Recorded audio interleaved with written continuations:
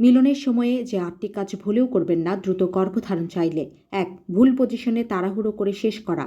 অনেকেই পুরো মিলনের সময়টা ঠিক রাখলেও শেষ মুহূর্তটায় তাড়াহুড়ো করে পজিশন বদলে ফেলেন বা আরামদায়কভাবে শেষ করতে চান। কিন্তু গর্ভধারণের জন্য সবচেয়ে গুরুত্বপূর্ণ সময়টাই হচ্ছে বীর্যপাতের মুহূর্ত।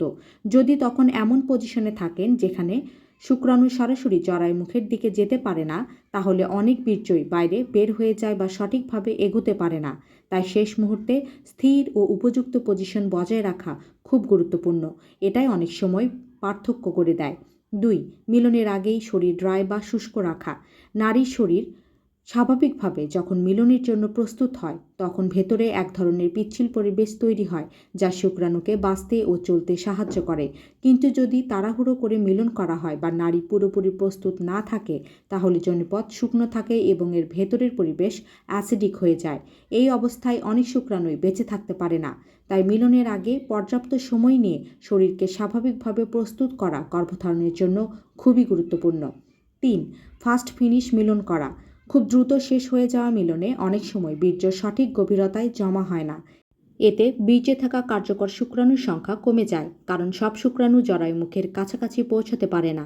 এছাড়া দ্রুত মিলনের ফলে নারীর শরীরও পুরোপুরি রিল্যাক্স হতে পারে না, যা অভ্যন্তরীণ পরিবেশকে গর্ভধারণের জন্য কম উপযোগী করে তোলে। তাই শুধু সময় নয়, মিলনের গুণগত মানও গুরুত্বপূর্ণ। ৪. মিলনের পর ভুলভাবে শোয়া।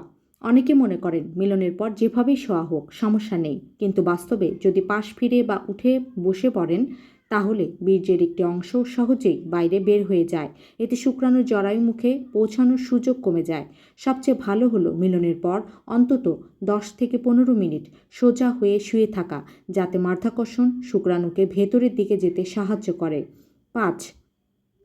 শরীরের ফার্টাইল সিগন্যালগুলো উপেক্ষা করা। নারীর শরীর নিজেই বলে দেয় কখন গর্ভধারণের সবচেয়ে উপযুক্ত সময়, যেমন ডিম্বস্ফোটনের সময় সাদা, ডিমের সাদা অংশের মতো পিচ্ছিল স্রাব, হালকা তলপেট ব্যথা বা শরীরের তাপমাত্রা পরিবর্তন। অনেকেই এসব লক্ষণকে গুরুত্ব দেন না বা বুঝতে পারেন না, ফলে সবচেয়ে গুরুত্বপূর্ণ সময়টাতেই মিলন মিস হয়ে যায়। এই সিগন্যালগুলো বুঝতে পারলে গর্ভধারণের সম্ভাবনা অনেক বেড়ে যায়। ৬. একই রুটিনে মিলন করে যাওয়া। অনেকে প্রতিদিন একই সময় বা একই প্যাটার্নে মিলন করেন, কিন্তু এতে ফার্টাইল উইন্ডোর সাথে মিল নাও হতে পারে।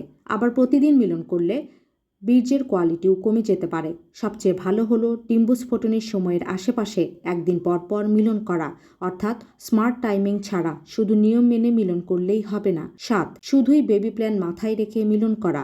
যখন মিলনটা শুধুই দায়িত্ব বা চাপ হয়ে যায়, আজকে করতেই হবে, তখন শরীর স্বাভাবিকভাবে রেসপন্ড করে না।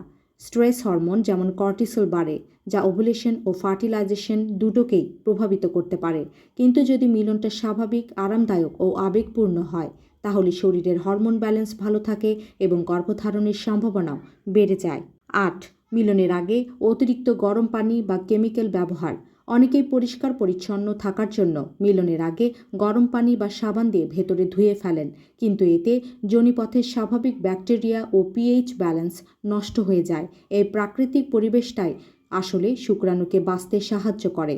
অতিরিক্ত ক্লিনিং বা কেমিক্যাল ব্যবহার করলে সেই সহায়ক পরিবেশ নষ্ট হয়ে যায়, যার ফলে বীর্যে থাকা শুক্রাণু টিকে থাকতে পারে না।